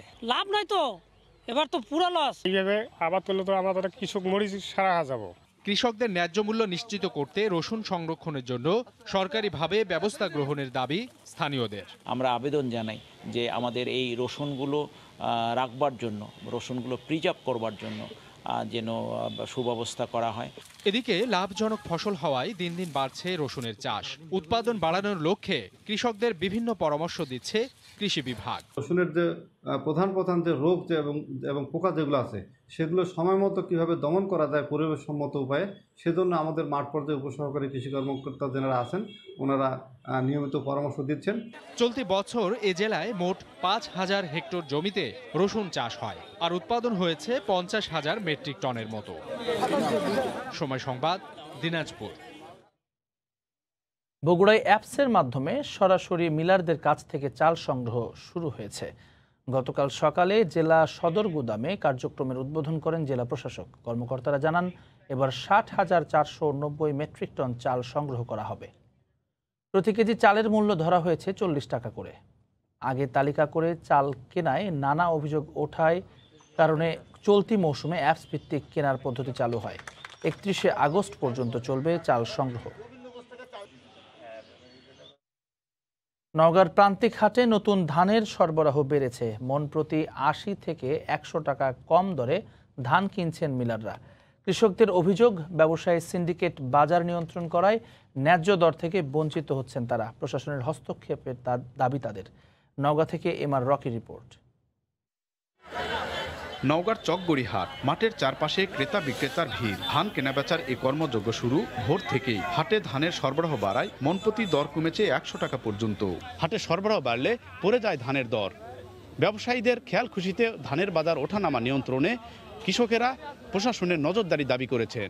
ভিজা ধান 1050 বিক্রি করা হয়েছে, এখন শুকনো ধান 920-30। এদের খেয়াল খুশি অনুসারে কাজ করে। এই এক সপ্তাহের মধ্যে ধানের দামটা কমে আসলো, এখন 900 সর্বোচ্চ 920। গেল 26 এপ্রিল সরকার ধানের দর ঘোষণা করে। এরপর প্রান্তিক এসব হাটে মনপ্রতি 80 থেকে 100 টাকা পর্যন্ত বেড়ে যায় দর। কিন্তু হঠাৎ ধানের দর পতনে ব্যবসায়ীরা দেখাচ্ছেন নানা অজুহাত। আমরা উপরের লাইনে বেশি বেচতে পারলে এখানে আবার বেশি কিনবো। চালের বাজার একটু কমেছে, প্রোডাকশন বেশি, আমদানি একটু বেশি হয়েছে। কৃষি বিভাগ জানায় চলতি মৌসুমে 1,90,000 হেক্টর জমিতে ধানের আবাদ হয়েছে। উৎপাদন ধরা হয়েছে 12 lakh metric ton. MR Rocky, সময় সংবাদ, নওগাঁ। চলতি মৌসুমে নাটোরের বাজারে লিচু সরবরাহ শুরু হয়েছে। বৃষ্টি কম থাকায় ফলন কমলেও ভালো দাম পাচ্ছেন চাষিরা। বিস্তারিত জানাতে শহরের স্টেশন বাজারে আছেন সহকর্মী আল মামুন। সরাসরি চলে যাচ্ছি তার কাছে। মামুন, ধন্যবাদ। যে বিষয়টি বলছিলাম যে আজকে কিন্তু জেলা প্রশাসন, যে স্থানীয় কৃষি বিভাগ ও জেলা প্রশাসন নিরাপদ লিচু এবং পরিপক্ক লিচু ভোক্তা পর্যায়ে পৌঁছাতে আজকে থেকে বাজারজাতের অনুমতি দিয়েছে এবং আজকে বাজারজাতের প্রথম দিনে নাটোরের স্টেশন বাজারে পর্যাপ্ত পরিমাণ আমরা লিচু সরবরাহ কিন্তু সকাল থেকে দেখতে পেয়েছি। যেহেতু পরিমাণ আমরা লিচু, যে পরিমাণ বাগানিরা এখানে লিচু এনেছেন সেই পরিমাণ কিন্তু ক্রেতা আমরা দেখতে পাইনি। ক্রেতা না থাকার কারণে যে বিষয়টি, ভালো মানের লিচু সর্বোচ্চ 2 টাকা পর্যন্ত বিক্রি হচ্ছে। তবে যেটুকু বাগানি এবং এখানকার ব্যবসায়ীরা যেটা বলছেন যে সামনে আর 2 দিন পর ঈদের পরে ক্রেতা সমাগম বাড়বে এবং লিচুর চাহিদা বাড়বে, আরো ভালো মানের লিচু আসা শুরু হবে। সেই সময় দামটা আরো বৃদ্ধি পাবে বলে আশা করছে। গত 3 মে নাটোরের জেলা প্রশাসক মোহাম্মদ শাহরিয়ার কৃষি বিভাগের সমন্বয়ে একটু বৈঠক করার পরে এই 10 মে থেকে লিচু বাজারজাত করার দিন ধার্য করেন। বিশেষ করে নাটোরের জেলার যে 2টি জাত রয়েছে, মোজাফফরি এবং বোম্বাই, এই মোজাফফরির লিচুটা কিন্তু আজকে থেকে বাজারে আসা শুরু হয়েছে এবং এটি সর্বোচ্চ যেটি বলা যেতে পারে সুস্বাদু, বেশি না হলেও মিষ্টি প্রজাতির লিচু কিন্তু এটি রয়েছে। কিন্তু নাটোরের মধ্যে যেটি বোম্বাই জাত রয়েছে সেই জাত কিন্তু সর্বোচ্চ মিষ্টি এবং এটি কিন্তু দাম আরো বৃদ্ধি পাবে। যে আজকে যে 2 টাকা প্রতি পিস লিচু বিক্রি হলো, বোম্বাই লিচু 3 থেকে 3.5 টাকা পিস কিন্তু বিক্রি হওয়ার সম্ভাবনা দেখছে বিশেষ করে এখানকার বাগানি ও ব্যবসায়ীরা। একটি বিষয় বলতে হবে যে নাটোরে কিন্তু চলতি বছরে প্রচন্ড অনাবৃষ্টির কারণে কিন্তু এবার লিচুর ফলন কিন্তু কম হয়েছে।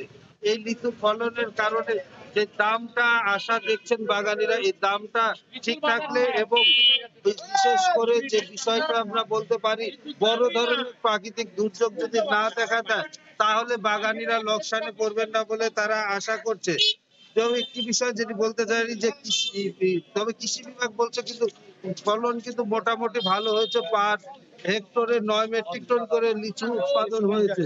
চলতি বছর নাটোর জেলায় 983 হেক্টর জমিতে লিচুর আবাদ হয়েছে এবং 8,815 মেট্রিক টন উৎপাদন হয়েছে জানিয়েছে। সবচেয়ে বেশি লিচু উৎপাদন হয়ে থাকে কিন্তু গুরদাসপুর উপজেলা। এই উপজেলায় প্রায় অর্ধেক 410 হেক্টর জমিতে লিচুর চাষ হয়েছে। এরপরে দ্বিতীয় অবস্থানে রয়েছে নাটোর সদর উপজেলা। নাটোর সদর উপজেলায় 171 হেক্টর লিচুর চাষ হয়েছে। আর বাকি যে 5টি উপজেলা সেই লিচুগুলো আবাদ হয়েছে। একটি বিষয় বলতে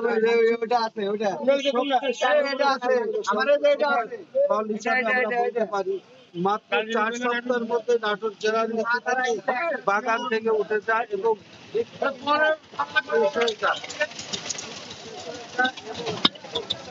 সপ্তাহের মধ্যে 4 সপ্তাহের মধ্যেই কিন্তু যে বিষয়টি শেষ হয়ে যাবে।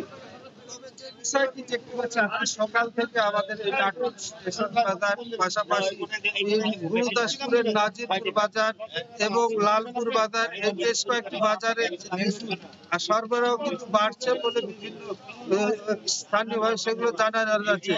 তবে এখানে যে বা বাগানিরা আশা করছে যে ঈদের পর তারা কাঙ্ক্ষিত দাম পেলে এবার ফলন যে কম হয়েছে সেটা পুষিয়ে উঠবে। তো এই ছিল আমার কাছে নাটোর স্টেশন বাজারের লিচু বাজারের সর্বশেষ পরিস্থিতি। নাটোর থেকে যুক্ত হয়ে লিচু বাজারের খবর জানাচ্ছিলেন সহকর্মী আল মামুন। দক্ষিণ আফ্রিকায় দিনে দিনে কমে আসছে করোনার সংক্রমণ, স্বাভাবিক হতে শুরু করেছে বাসিন্দাদের জীবনযাত্রা। একই সঙ্গে অর্থনৈতিক অচল অবস্থা কাটতে শুরু করেছে দেশটিতে। ঊর্ধ্বমুখী অর্থনীতিতে রেন্ডের মান ভালো থাকায় রেমিটেন্স পাঠাতে গিয়ে বেশি টাকা পাচ্ছেন প্রবাসীরা। দক্ষিণ আফ্রিকা থেকে মিজানুর রহমান রাসেলের রিপোর্ট। দক্ষিণ আফ্রিকায় করোনার সংক্রমণ কমে যাওয়ায় গতি আসছে অর্থনীতিতে, ফলে রেন্ডের মান ভালো হওয়ায় বেশি করে রেমিটেন্স পাঠাতে পারছেন প্রবাসী বাংলাদেশিরা। গত বছরের তুলনায় আমরা এবছর টাকা অনেক বেশি পাচ্ছি। সামনে ঈদ উপলক্ষে আমাদের পরিবারের জন্য টাকা পাঠাতে পেরে আমরা বেশি টাকা পাচ্ছি, সেই ব্যাপারে আমরা অনেক খুশি। ঊর্ধ্বমুখী অর্থনীতিতে ডলার কমতে থাকায় ভালো হচ্ছে লোকাল কারেন্সি আর টাকার মান। বৈধভাবে রেমিটেন্স পাঠাতে এবারে রোজায় আর ঈদে বিশেষ সেবা দিয়ে যাচ্ছে মানি এক্সচেঞ্জ হাউসগুলো। পবিত্র ঈদকে সামনে রেখে আমরা বাড়তি এক্সচেঞ্জ রেটের সুবিধা প্রদান করে কাস্টমারদেরকে বৈধ উপায়ে বাংলাদেশে টাকা প্রেরণের জন্য উদ্বুদ্ধ করছি। দীর্ঘদিন পরে টাকার মান ভালো হওয়ায় এবার প্রিয়জনদের জন্য সামর্থ্যের সব দিয়ে ঈদ খরচের টাকা পাঠাতে পেরে খুশি তারা। মরণঘাতী ভাইরাসের ভয়াবহতা কমে যাওয়ায় দিনে দিনে স্বাভাবিক হচ্ছে দক্ষিণ আফ্রিকার অর্থনীতি। সচল হওয়া অর্থনীতিতে টাকার মান ভালো পাওয়ায় এবার ঈদকে সামনে রেখে প্রিয়জনদের জন্য ব্যাপক হারে ঈদ খরচ পাঠাচ্ছেন দেশটিতে বসবাসরত প্রবাসী বাংলাদেশিরা। মিজানুর রহমান, সময় সংবাদ, দক্ষিণ আফ্রিকা।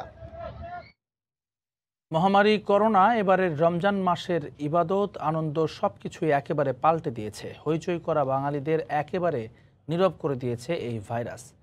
সৌদিতে করোনার কারণে কঠোর বিধিনিষেধ অনুযায়ী বর্তমান পরিস্থিতিতে একসাথে মিলিত হতে পারেন না 20 জনের বেশি মানুষ। জেদ্দা প্রতিনিধি আল মামুন শিপনের রিপোর্টে বিস্তারিত। করোনার বিধিনিষেধ মেনে অন্যান্য বছরের মতো বড় পরিসরে ইফতার আয়োজন একেবারেই সম্ভব নয়। তাই পরিবার পরিজনদের সাথে নিয়ে সীমিত পর্যায়ে লোহিত সাগর তীরে এই ইফতার আয়োজন যেন মরুর দেশে বাংলাদেশের ইফতারের আমেজ। কোলাহলময় মুক্ত পরিবেশ থেকে একটু দূরে মৃদুমন্দ বাতাসে খোলা আকাশের নিচে বসে ইফতার করে খুশি প্রবাসীরা। বছর আমাদেরকে লকডাউন না থাকাতে আজকে আমরা এখানে পরিবার বর্গ এসে আমাদের বন্ধু বান্ধব এবং ওনাদের ফ্যামিলি সহ এসে আমরা খুব সুন্দর একটা আমেজ নিয়ে একটা ইফতার পার্টি করতে পেরেছি। সৌদি সরকারের আইন কানুন মেনে সামাজিক দূরত্ব বজায় রেখে পরিবার পরিজনকে নিয়ে ঘরের বাইরে প্রথম আমরা সমুদ্রের পাড়ে বসে ইফতার করছি। আলহামদুলিল্লাহ অনেক ভালো লাগতেছে। সিয়াম সাধনার এই মাসে সংযম আর আত্মশুদ্ধির মধ্য দিয়ে যাবতীয় ভোগবিলাস, অন্যায় অপরাধ, হিংসা বিদ্বেষ, সংঘাত পরিহার করে ব্যক্তিগত ও সমাজ জীবনে বয়ে নিয়ে আসবে শান্তির বার্তা। সৌদি আরবে বসবাসরত প্রবাসী বাঙালিদের এমনটাই প্রত্যাশা। আল মামুন শিপন, সময় সংবাদ, জেদ্দা, সৌদি আরব। চীনের রাষ্ট্রীয় মালিকানাধীন কোম্পানি সিনোফার্মের টিকা বিশ্ব স্বাস্থ্য সংস্থার অনুমোদন পাওয়ায় বৈশ্বিক ভ্যাকসিন বন্টনে বৈষম্য কমে আসবে বলে মনে করছেন বিশেষজ্ঞরা। এই টিকা বিশ্বব্যাপী কোভ্যাক্স কর্মসূচির অন্তর্ভুক্ত হলে আফ্রিকা, এশিয়া ও লাতিন আমেরিকার অপেক্ষাকৃত দরিদ্র দেশগুলোর মানুষ টিকা গ্রহণের সুযোগ পাবে। যদিও চীনা ভ্যাকসিনের দেরিতে অনুমোদন দেয়ায় বিশ্ব স্বাস্থ্য সংস্থার কর্মকাণ্ড নিয়ে প্রশ্ন তুলেছেন অনেকেই। গেল শুক্রবার চীনের রাষ্ট্রীয় ওষুধ উৎপাদনকারী প্রতিষ্ঠান সিনোফার্মের করোনা টিকার অনুমোদন দেয় বিশ্ব স্বাস্থ্য সংস্থা WHO। পশ্চিমা দেশগুলোর বাইরে প্রথম কোনো করোনা ভ্যাকসিনের অনুমোদন দিল বিশ্ব সংস্থাটি। এর আগে শুধুমাত্র Pfizer, AstraZeneca, Johnson and Johnson ও মডার্নার ভ্যাকসিনের অনুমোদন দিয়েছিল WHO। ধনী ও দরিদ্র দেশগুলোর মধ্যে ভ্যাকসিন বৈষম্য কমিয়ে আনতেই টিকাটির অনুমোদন দেওয়া হয়েছে বলে জানিয়েছে এই সংস্থা। তারা বলছেন এর মাধ্যমে আফ্রিকা, এশিয়া এবং লাতিন আমেরিকার অপেক্ষাকৃত দরিদ্র দেশগুলোর মানুষ দ্রুত ভ্যাকসিন গ্রহণের সুযোগ পাবে। যদিও বিশ্ব স্বাস্থ্য সংস্থার অনুমোদনের আগেই সিনোফার্মের টিকা বেশ ব্যাপকভাবেই ব্যবহার শুরু হয়েছিল। 100টির বেশি দেশের 6,50,00,000 মানুষ টিকাটি গ্রহণ করেছে। ইতোমধ্যে বিশ্বের কমপক্ষে 40টি দেশ সিনোফার্মের ভ্যাকসিন ব্যবহারের অনুমোদন দিয়েছে। বাংলাদেশ, শ্রীলঙ্কা, ফিলিস্তিন, মালদ্বীপ, নেপাল এবং পাকিস্তানও সম্প্রতি ভ্যাকসিনটি ব্যবহারের চূড়ান্ত অনুমোদন দিয়েছে। সিনোফার্মের ভ্যাকসিন সংরক্ষণের পদ্ধতি সহজ হওয়ায় বাংলাদেশের মতো উন্নয়নশীল দেশে এই টিকাটির সংরক্ষণ, পরিবহন ও বিপণন প্রক্রিয়া অধিকতর উপযোগী হবে। একাধিক দেশে ট্রায়াল চালানো এ ভ্যাকসিন করোনা প্রতিরোধে 78.1% কার্যকারিতা দেখিয়েছে। 2 ডোজের টিকায় খরচ পড়বে $60 থেকে $150, যা অন্যান্য ভ্যাকসিনের তুলনায় দাম কিছুটা বেশি। চীনের ভ্যাকসিন তৈরি করা হয়েছে চিরাচরিত টিকা পদ্ধতিতে, যেখানে জীবাণুকে নিষ্ক্রিয় করে টিকা তৈরি করা হয়। এতে ভাইরাসের মৃত অংশ ব্যবহার করে তৈরি ভ্যাকসিন শরীরে প্রবেশ করানো হয়, যাতে তার রোগ প্রতিরোধ ব্যবস্থা এই ভাইরাসকে চিনতে পারে। আগামী 12 মের মধ্যে 5 লাখ ডোজ সিনোফার্মের ভ্যাকসিন পেতে যাচ্ছে বাংলাদেশ। রবিউল ইসলাম আওলাদ, সময় সংবাদ। দরিদ্র দেশগুলোর সহায়তায় কোভিড টিকার মেধাস্বত্ব শিথিলে যুক্তরাষ্ট্রের বায়োফার্মাসিউটিক্যালস প্রযুক্তি রাশিয়া ও চীনের দখলে চলে যেতে পারে বলে উদ্বেগে রয়েছে প্রেসিডেন্ট জো বাইডেনের প্রশাসন। চরম প্রতিদ্বন্দ্বী দুই পরাশক্তির আরও শক্তিশালী হওয়ার সম্ভাবনাকে ভেস্তে দেওয়ার পথ এরই মধ্যে খুঁজতে শুরু করেছে যুক্তরাষ্ট্র সরকার ও দেশটির ওষুধ শিল্প খাত সংশ্লিষ্টরা। এখন পর্যন্ত বিশ্বে উৎপাদিত টিকার সিংহভাগই ধনী দেশগুলোর কাছে। এতে করে এবছরের শুরু থেকেই কোভিড-19 প্রকোপ কমতে শুরু করে ওই দেশগুলোতে। কিন্তু ভিন্ন চিত্র বিশ্বের অন্তত 36টি দেশে। সেখানে এখনো সংক্রমণ বেড়েই চলেছে, যার মধ্যে সবচেয়ে বিপর্যস্ত অবস্থায় পড়েছে ভারত। এমন অবস্থায় দরিদ্র দেশগুলোর জন্য করোনার টিকা প্রাপ্তি নিশ্চিতে এবং দেশগুলোকে টিকা উৎপাদনের সুযোগ দিতে বিশ্ব স্বাস্থ্য সংস্থার মেধাস্বত্ব ছাড়ের প্রস্তাবে বুধবার যুক্তরাষ্ট্র সাড়া দেয়। তবে প্রথম থেকেই এই প্রস্তাবের বিরোধিতা করে আসছে পশ্চিমা বিশ্বের ওষুধ কোম্পানিগুলো। তাদের দাবি, দরিদ্র দেশগুলোর দ্রুত টিকার উৎপাদন ক্ষমতাই নেই। উৎপাদনের প্রযুক্তি ও অভিজ্ঞতার ঘাটতির কারণে দরিদ্র দেশগুলোতে টিকা উৎপাদন ঝুঁকিপূর্ণ হয়ে উঠতে পারে বলেও দাবি ধনী রাষ্ট্রের ওষুধ কোম্পানির।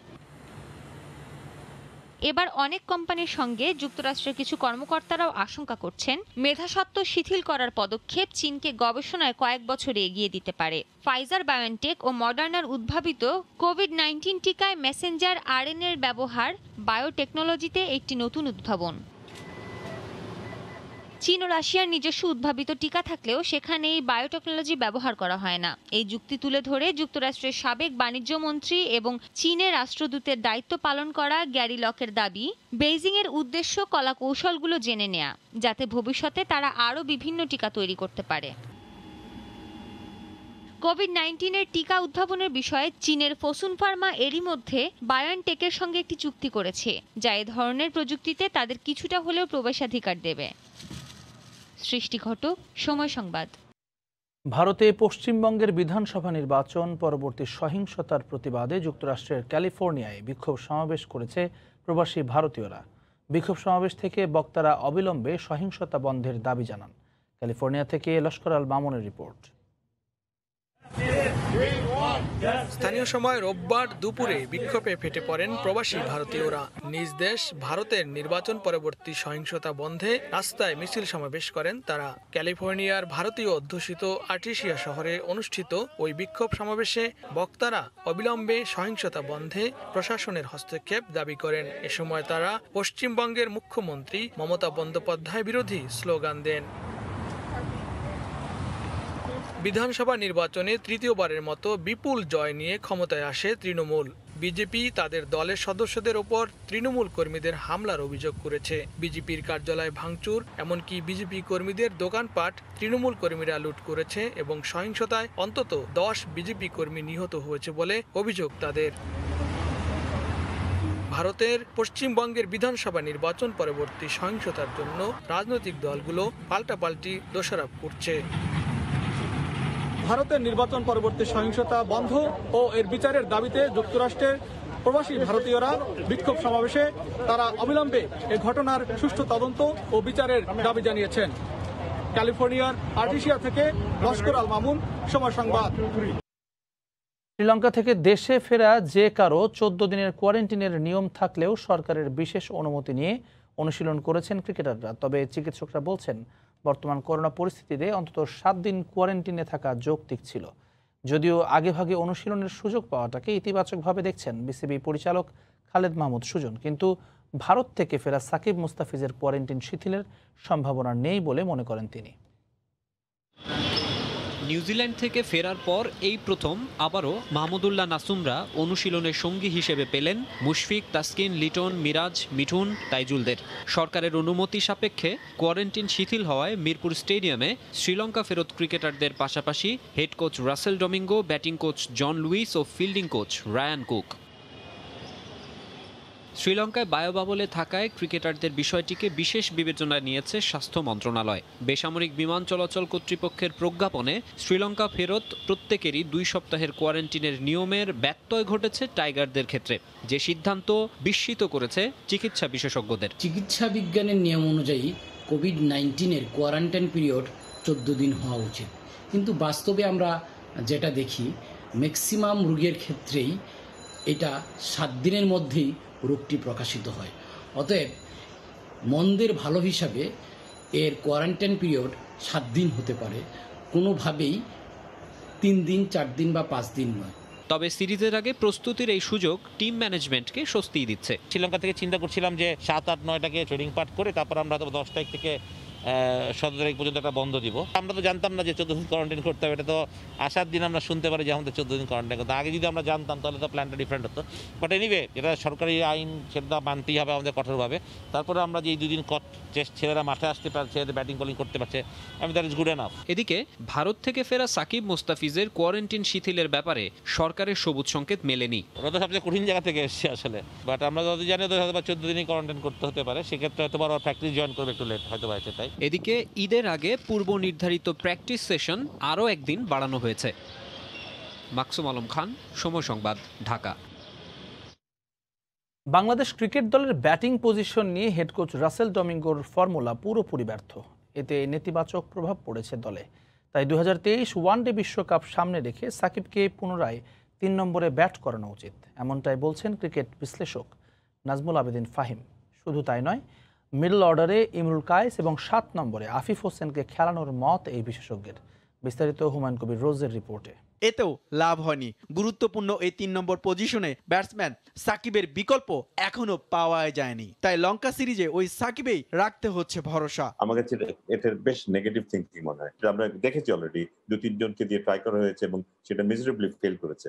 সো আমার মনে হয় Shakib is probably the best option. 2023 বিশ্বকাপের আগে হাতে সময় আছে অনেক, কিন্তু ওয়ানডে ম্যাচ বাংলাদেশের আছে হাতে গোনা 20 থেকে 23টি। তাই আদর্শ ব্যাটিং পজিশন নির্ধারণে এখনই সিদ্ধান্ত নিতে হবে টিম ম্যানেজমেন্টকে। এই যেমন 3 top order Tamim, Liton, Shakib, middle অর্ডারে 4 নম্বরে মুশফিক আর 6 নম্বরে মাহমুদুল্লাহ রিয়াদ। তাহলে 5 নম্বরে কে?